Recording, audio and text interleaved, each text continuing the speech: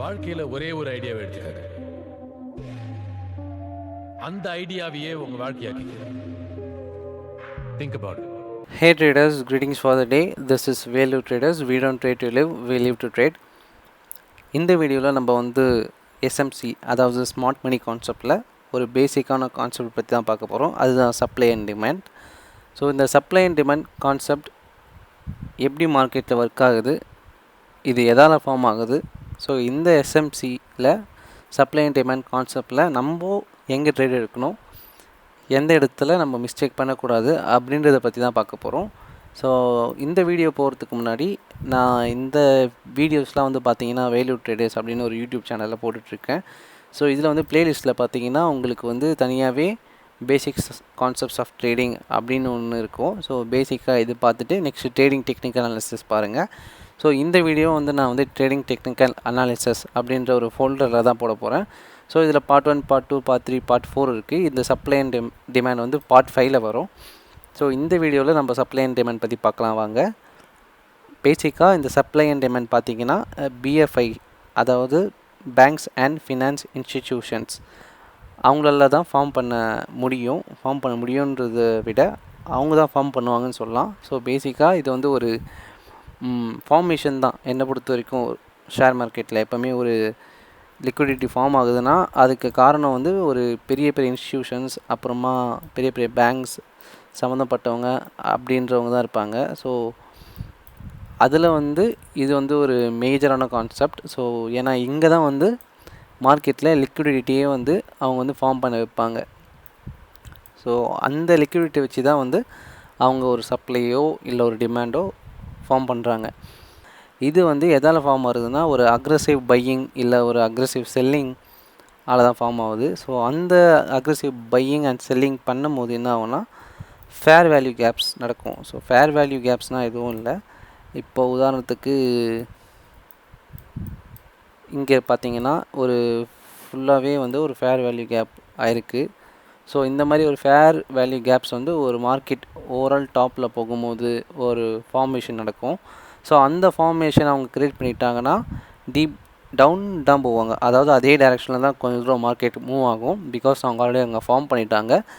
அங்கே தான் லிக்விடிட்டியே வந்து ஃபார்ம் ஆகுது. ஸோ அந்த லிக்விடிட்டி பேஸ் பண்ணி தான் அவங்க வந்து ட்ரேடே எடுப்பாங்க சப்ளை அண்ட் டிமாண்டில். ஸோ இங்கே ஒரு சப்ளை ஃபார்ம் பண்ணிட்டாங்கன்னா ஸோ ஸ்ட்ரெயிட்டாக டிமாண்ட் நோக்கி போயிட்டு அண்ட் தென் அகெயின் சப்ளைக்கு வரும். ஸோ அதுதான் வந்து supply and demand concepts. So இதில் வந்து பார்த்திங்கன்னா லிக்விடிட்டி ஃபார்ம் ஆகுறதால நம்ம அங்கே வந்து ட்ரேட் எடுக்க முடியாது. பிகாஸ் ஒரு மார்க்கெட் மேலே போயிட்டு இருக்கும்போதே அந்த மார்க்கெட் எப்போ கீழே வரும்ன்றது தெரியாது. இமேஜினேஷனுக்கு நான் சொல்லணுன்னா இங்கே வந்து பார்த்திங்கன்னா மார்க்கெட் வந்து கீழே வந்துடுச்சு. ஆனால் சப்போஸ் இப்போது இது எல்லாமே மறைச்சிக்கோங்க இமேஜினேஷனில், அதாவது இந்த கேனல்ஸ் எதுவுமே இல்லைன்னு நினச்சிக்கோங்க. ஸோ பேசிக்காக ஒரு ட்ரெண்ட் லைன் போட்டு மார்க்கெட் போயிட்டு இருக்கும்போது இந்த ட்ரெண்ட் லைனில் இது பிரேக் அவுட் ஆகுமா ஆகாதா அப்படின்றது நமக்கு தெரியாது. ஸோ இதை க்ரியேட் பண்ணுறது வந்து சப்ளை அண்ட் டிமாண்ட் கான்செப்ட்ஸ் தான். அதாவது இவங்க தான் பேங்க் அண்ட் ஃபினான்ஸ் இன்ஸ்டிடியூஷன்ஸ் தான். ஸோ இந்த ஃபேர் வேல்யூ கேப் பற்றி நான் சொல்லிட்டேன். அந்த ஃபேர் வேல்யூ கேப் வந்து பார்த்திங்கன்னா extreme fair value gap, small fair value gap, அப்புறம் நோ ஃபேர் வேல்யூ கேப் அப்படின்ற ஒரு 3 டிவிஷன்ஸில் வரும். ஸோ எக்ஸ்ட்ரீம்னா மொத்தமாக ஒரு பெரிய கேப் இருக்கும். இப்போது பார்த்திங்கள்ல இது வந்து ஃபுல்லாக ஒரு பெரிய கேப். ஸோ இது வந்து பார்த்திங்கன்னா ஒரு எக்ஸ்ட்ரீம் ஃபேர் வேல்யூ கேப்புன்னு சொல்லுவாங்க.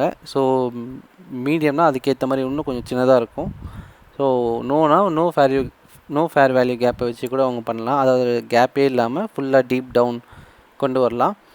ஸோ அந்த மாதிரி ஒரு சுச்சுவேஷனில் நம்ம வந்து எங்கே ட்ரேட் எடுக்கணும் அப்படின்றத பார்க்கணும். ஸோ ட்ரேட் எடுக்கிறதுக்கு முன்னாடி அது வந்து பர்ஃபெக்டான ஒரு சப்ளை அண்ட் டிமாண்ட் கான்செப்ட்ஸ் அப்படின்றத ஃபஸ்ட்டு பார்க்கணும். அதை பார்த்துட்டு பிறகு நம்ம ட்ரேட் எடுக்கலாம். ஸோ இது வந்து நம்ம எப்படி ஐடென்டிஃபை பண்ணணும்னா ஹை மொமெண்டம் கேனல்ஸ் ஐடென்டிஃபை பண்ணலாம். அதே மாதிரி ஒரு ரேஞ்சஸ் ஃபார்ம் பண்ணுவாங்க. ஒரு டாப் போயிட்டு ஒரு அதான் ஆல் டைம் ஹைலாம் போயிட்டு ஒரு ரேஞ்சஸ் மாதிரி ஃபார்ம் பண்ணலாம்.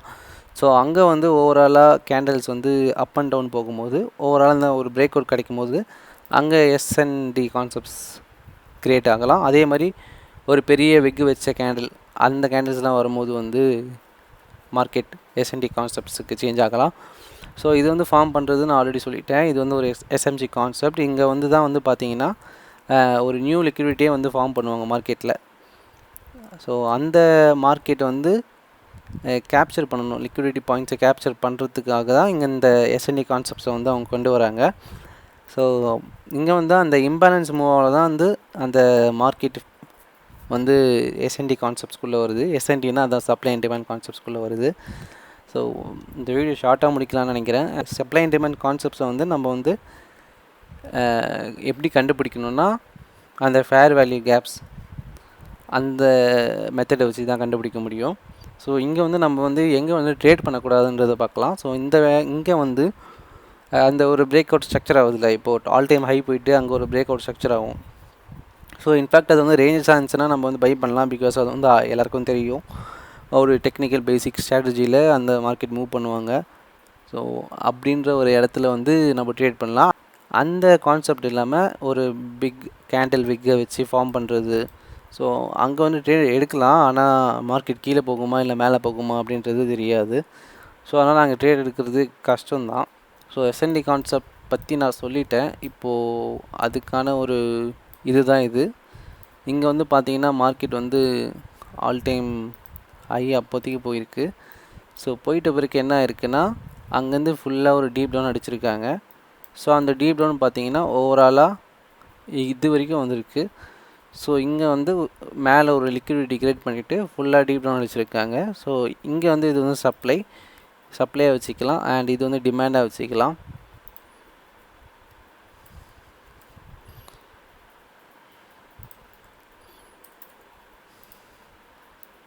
ஸோ இது வந்து ஒரு சப்ளை அண்ட் டிமாண்ட் கான்செப்டாக கூட வச்சுக்கலாம்.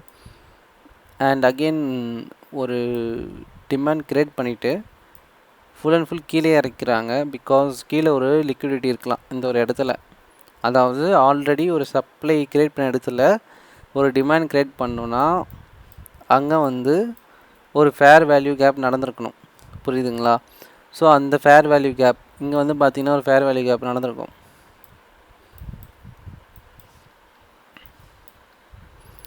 இது எக்ஸ்ட்ரீமில் வராதுன்னு நினைக்கிறேன். இது வந்து ஸ்மால் ஃபேர் வேல்யூ கேப் அப்படின்ற ஒரு இது தான் வரும் இது. ஸோ இந்த கேண்டலுக்கும் இந்த கேண்டலுக்கும் நடுவில் இந்த கேப் இருக்குல்ல, அது வந்து ஸ்மால் எஃப்விஜி ஃபேர் வேல்யூ கேப்புன்னு சொல்லுவாங்க. ஸோ அந்த பேசிஸில் தான் வந்து அவங்க வந்து இன்னொரு டிமாண்ட் கிரியேட் பண்ணலாம்.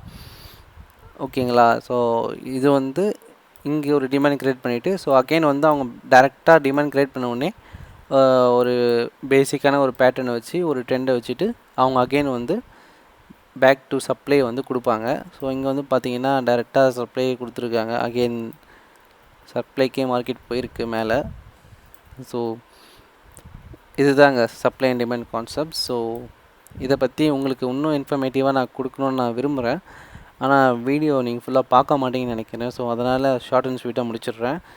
அண்ட் இதை பற்றி ஏதாச்சும் மேலும் தெரிஞ்சுக்கணுன்னா நான் கண்டிப்பாக சொல்கிறேன். நீங்கள் கமெண்ட்டில் ஏதாச்சும் டவுட் இருந்தால் சொல்லுங்கள், நான் கண்டிப்பாக கிளியர் பண்ணுறேன். Hope this video is more informative then before videos. And please do subscribe, like and share the channel. Thank you guys. Bye. Have a nice trade ahead.